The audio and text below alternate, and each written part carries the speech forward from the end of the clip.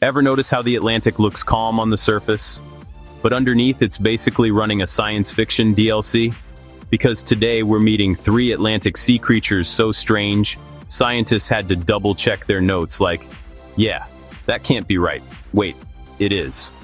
One of them might be older than your great-great-great-grandparents. Let's dive in. Map reference number 1. The Atlantic spans from the Arctic Circle, sweeping past the equator and down into the Southern Ocean. An immense corridor of water linking 2 hemispheres. It covers over 41 million square miles, enough blue space to hide entire worlds within worlds, which means plenty of room for some truly unhinged creatures. First up, we dive to meet the vampire squid. Ever notice how the Atlantic looks calm on top, but underneath it's running full sci-fi mode? Meet animal number 1, the vampire squid, an abyss dweller from the dark Atlantic where sunlight never shows up. The Atlantic stretches from the Arctic Circle past the equator and into the Southern Ocean. Over 41 million square miles of weird. Down around 2,000 to 3,000 feet, in the mid-water gloom, that's vampire squid territory. First of all, terrible name. It doesn't suck blood. It doesn't attack people. It's basically the shy goth kid of the ocean. And when something tries to eat it, it doesn't ink. It throws out a glowing mucus cloud, like tossing glow sticks at a rave and vanishing into the dark. Here's the setup for why it works. The deep Atlantic has oxygen minimum zones, places so low in oxygen most animals would straight up pass out. Our goth cephalopod is built for the gloom and the thin air of the sea, thriving where nearly nothing else can. Back to our deep sea goth. The vampire squid lives in oxygen minimum zones, vast layers where the water holds so little oxygen most animals would just tap out. Down here, calm is survival, and slow is genius. In these dim mid-waters, oxygen can drop to just a few % of surface levels. The vampire squid slows everything, movement, metabolism, even heartbeat, stretching every breath into a strategy. The secret in its veins is hemocyanin, a copper-based blood protein that grabs oxygen like a champion even when there's barely any to grab. Where others fade, it keeps oxygen flowing. And when threatened, no ink. It ejects a shimmering cloud of bioluminescent mucus, sparkles in the dark, to stun, confuse, and slip away like a magic trick. It's miserly with energy, floating neutrally, curling into a cloak with its webbed arms, and dining on drifting marine snow, tiny flakes of life falling from above. Huge eyes sip stray photons. Photophores glow on cue. The vampire name?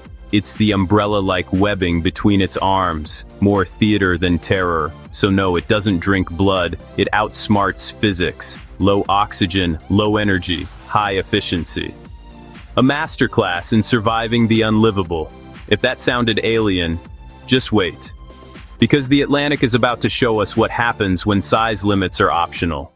Quick pit stop. Are you into this wild ocean science ride? Smash that like. And subscribe for more true animal rescues on Furry Friends Fridays. Then tell me, which hero shocked you most? Teaser. Our final animal plays by different rules. It lives for centuries. Like rewrite what lifespan means kind of centuries. Next, a slow-motion legend of the North Atlantic, moving through time itself. Stay with me. This one changes everything about lifespan. Our next creature drifts through the deep mid-Atlantic, where daylight fades to cobalt. Meet the oarfish, the longest bony fish on Earth. Ribbon-shaped, silver, and unreal, confirmed at lengths up to 36 feet. No sailor's tail. This one is very real. Down there, encounters are rare. Most sightings happen when currents or storms push them toward the surface. And when they do appear, you can't blame people for freaking out. A silver ribbon the size of a car, wavering in the gloom? Fair reaction. Sea monster. The oarfish isn't a serpent at all, it's a true bony fish. Long, flat, with a crimson crest and delicate fins.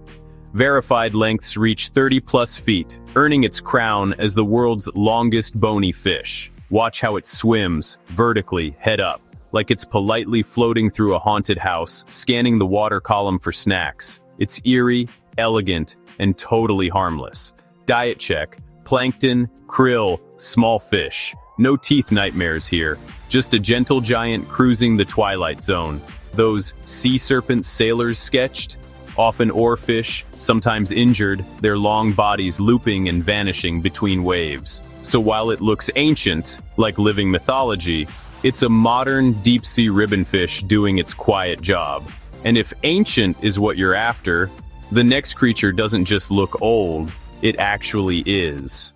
Remember those sea serpent sightings? Most were oarfish, real animals behind legendary monsters.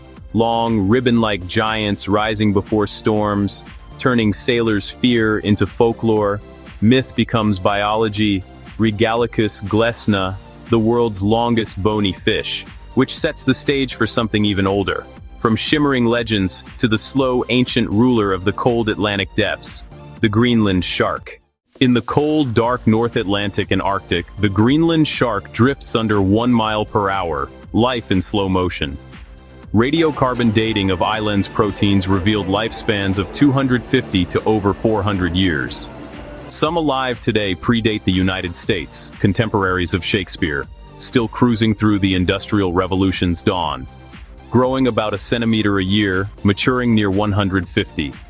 Natural antifreeze, meat is toxic unless fermented. Not in a hurry, time works for it. Here's the wild reveal: a squid that glows, tossing light instead of ink.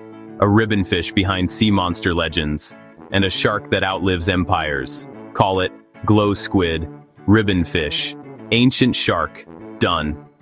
If you learned something, hit like, subscribe for more deep-sea weirdness, and comment which ocean we should dive into next.